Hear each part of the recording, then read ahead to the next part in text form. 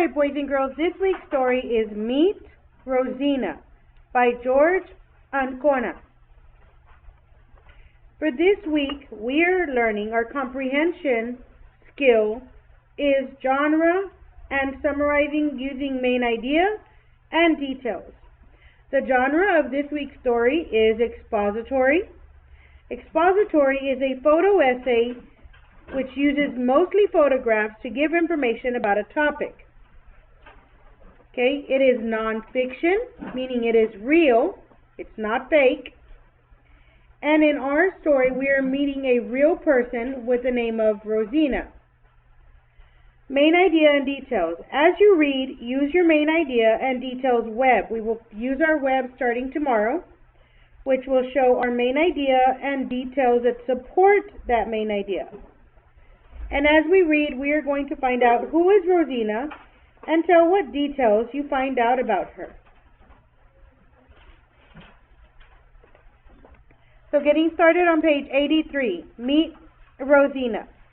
If you look at this picture, she looks like a normal little girl that probably attends elementary school, right? Maybe early junior high? Yes or no? Would you agree? Yes? Okay.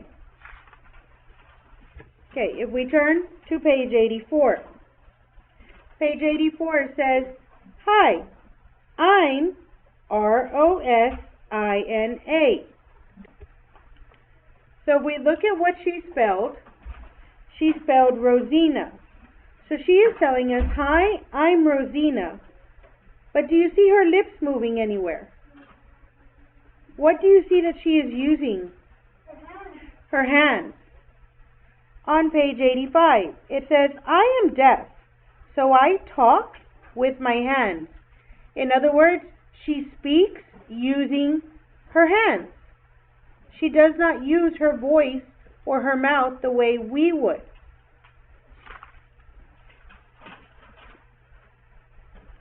I go to the New Mexico School for the Deaf. All of our teachers sign with American Sign Language. We call this signing. We study math, writing, reading, and art. We also play sports. It's the same as in other schools. So right here on our teaks, we have main idea and details. It says use facts and details from the selection to describe Rosina's school. So I can tell you that Rosina's school is a school in New Mexico. New Mexico is a state. And she goes to a school that's for deaf persons, deaf students, students who cannot hear. Therefore, because they cannot hear, they probably have trouble speaking because they've never learned the language that they would normally speak. So they use what's called sign language. Now we have a word here, deaf. Deaf means not being able to hear. Okay, the word is deaf, D-E-A-F, and not deaf. It says that she studies math, writing, reading, and art. That sounds like a normal, regular school, doesn't it? Does that sound any different than ours? Now, I know you all are thinking maybe art is something different, but art can be anything like when you all go to music. Music is considered an art. Okay? So you all do study an art. You study music. Okay, and here's a picture of them playing sports. My brother Emilio also goes to my school. After lunch, we play basketball during recess. So if you look at these two girls, Rosina is a dark-haired girl, right? And it says her brother. So I'm thinking this might be her brother. Do you all agree? Yes, because they're using photographs in this expository text to show us about who? Rosina. Who is the main character? Rosina. What is wrong with her? Is deaf. She is deaf. Can somebody please tell me, what is the definition of deaf? Not being able to hear. Why did the character, Rosina, attend the New Mexico School for the Deaf? Anybody? Caitlin? Because she is deaf? Why wouldn't she not attend then a regular school? Because maybe regular schools don't offer all the services. What is one main service that her school offers? What is one main thing that her school does for deaf students? Caitlin?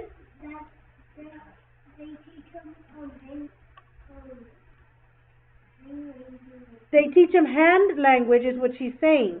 So let's come back over here to this page and let's look for the correct word for that. Hand language, which would be the American Sign Language, which they call signing. So what do they teach with? Signing. What do they use for signing? Your hands. Very good. Okay. My mom and aunt are deaf too. They work at the school. Mom is a teacher's helper. Mom came from Mexico when she was little. She had to learn American Sign Language so that she could learn English. That's because each country has its own way of signing. Aunt Carla's job is to help students and teachers learn about different cultures.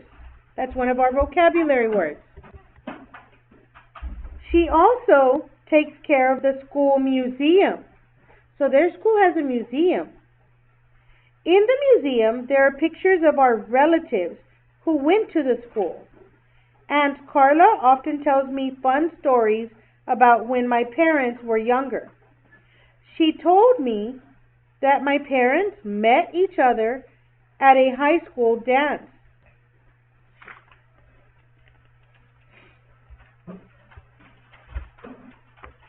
Okay, I want to ask a quick question. What facts showed that maybe this condition she has that she cannot hear is hereditary? Let me give you the definition of hereditary. Hereditary means passed on from one generation to another. Hereditary means like you get it from your mom or your dad.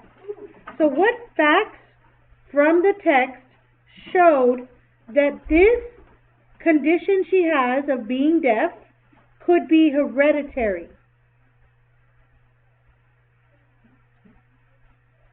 Caitlin?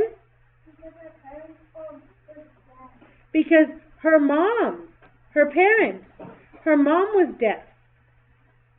Now, her parents met at a school dance, so that obviously means her dad went to the school. Who else is deaf in her family?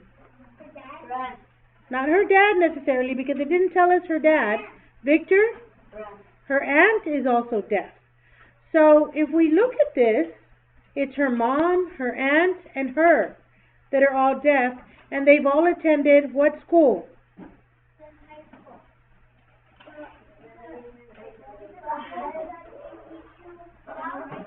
It's a school where they teach you sign language, yes? And it's the New Mexico School for the deaf. What is the word? For the deaf. Okay? Okay, I'm going to go ahead and continue with page 90. Sometimes we go to the school library. Our librarian, Hetty, signs stories from the books in the library. So they also read books just like anyone else would, except that their librarian, she knows sign language, so she takes what's in the text and she turns it into American Sign Language, and she uses her hands to sign the stories to the children. Now, why would she not read out loud to them? Main reason, they are deaf. If she were to read out loud to them, would they hear anything? No, they would not, because being deaf means that you cannot what? You cannot hear. Very well, very good. Okay? It says, Hetty is very good at telling stories. She makes us feel as if we're in the story. The story can make us feel sad, scared, worried, or happy. So that means that she is very good at taking the sensory words, the words that make you feel, touch, anything that has to do with your five senses, which are hearing, tasting, smelling, seeing, and touching.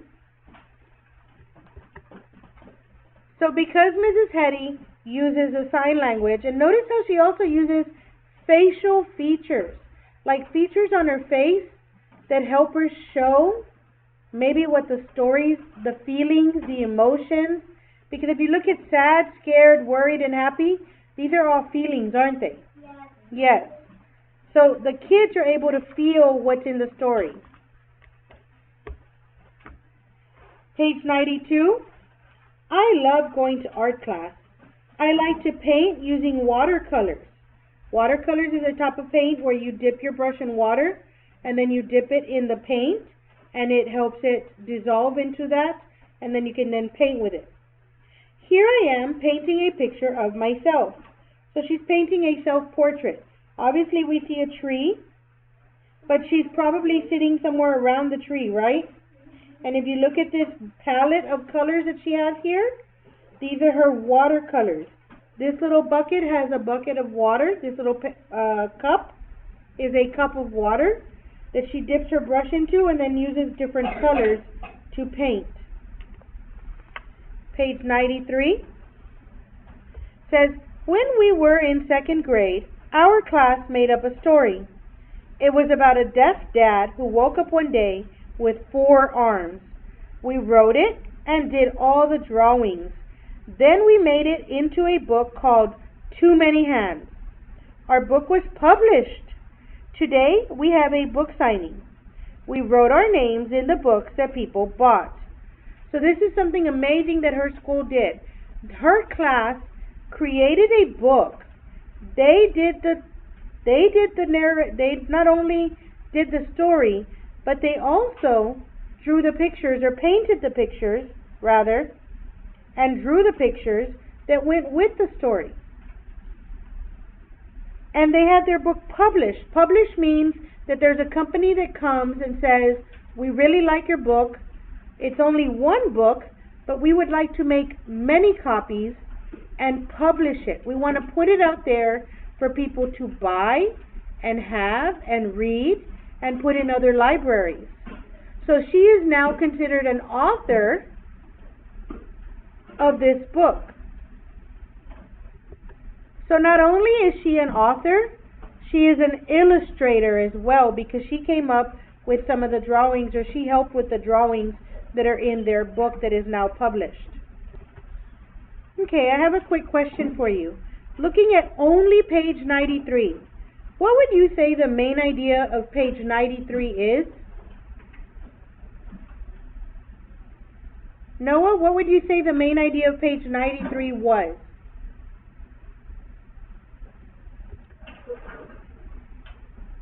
Okay, Noah is on page 93 and he is looking for the main idea. And I'm going to go ahead and have Imad help him out here. Imad, what do you think the main idea of page 93 is?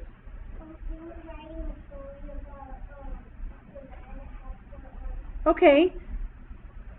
She kind of gave us a little bit of details, but she says they, meaning her second grade class, wrote a story about a man who had 4 arms. So yes, that is part of the main idea. Her second grade class came up with a story. What are some of the details that are about that? Caitlin? Her whole class made a book. That is the main idea. Her whole class created a book. Viviana?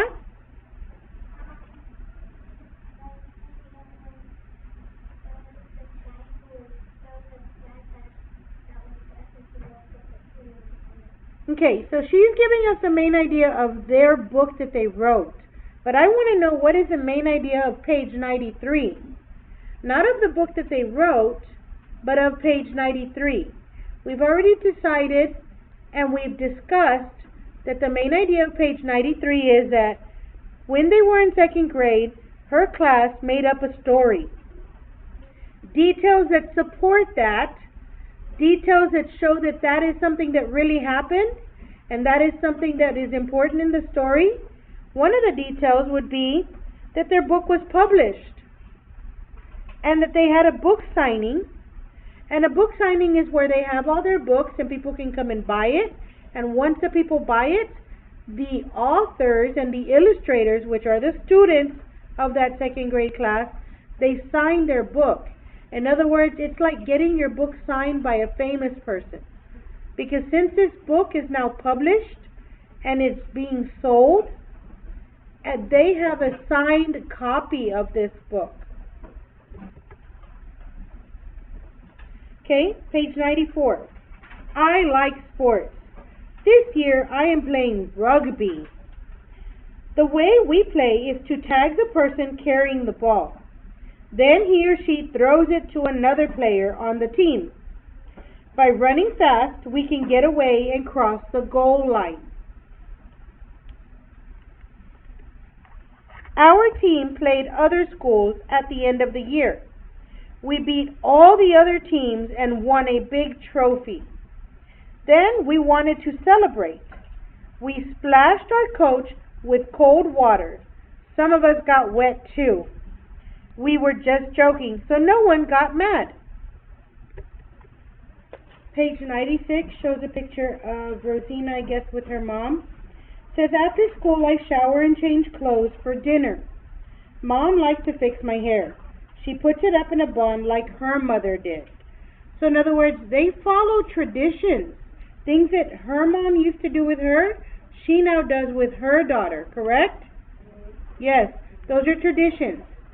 Here's some more traditional pictures, because what does it show? Who's in the kitchen?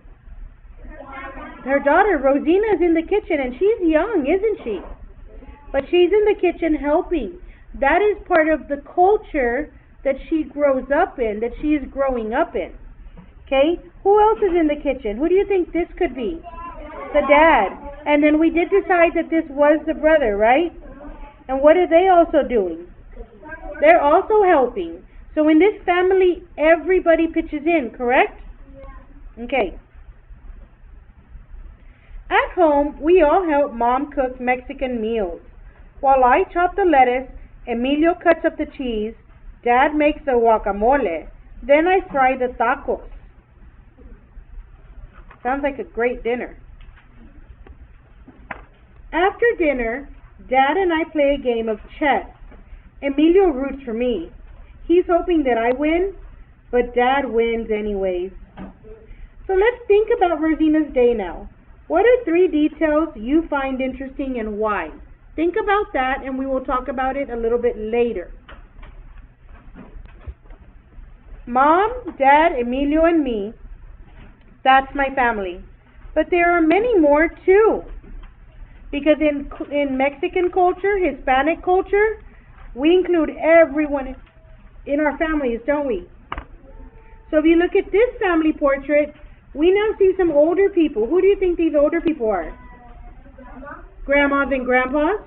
Who do you think some of these men are and these women, these other women? Tios and tias, uncles and aunts. Okay? Now it says here, we are a big family. I have lots of uncles, aunts, cousins, grandpas, and grandmas. My father's family was among the first Spanish people that came to New Mexico. That was 500 years ago. Most of my mom's family is deaf. My whole family uses sign language to talk to each other. So in her family, everyone has taken the responsibility to learn sign language. Why? Why do you think everyone in the family has taken the time to learn sign language? Because most of the mom's family is deaf. And in order to communicate, to talk to one another, they would need to know what? Sign language. Very good. Now, let me ask you something. If you had a family member who was disabled in some way, how would you show that you cared? How is it that they're showing that they care about the extended family, the other family? What do they do that shows that they care? And how would you show that you care if someone in your family was deaf? What are some of the things you would do? Catalina? Your grandma is deaf? So how do you show that you care in your family that your grandma is deaf? Do you do anything special maybe when you go visit grandma? What do? She gives her hugs. Okay. When you talk to grandma, does somebody have to sign language for you? Or do you know sign language?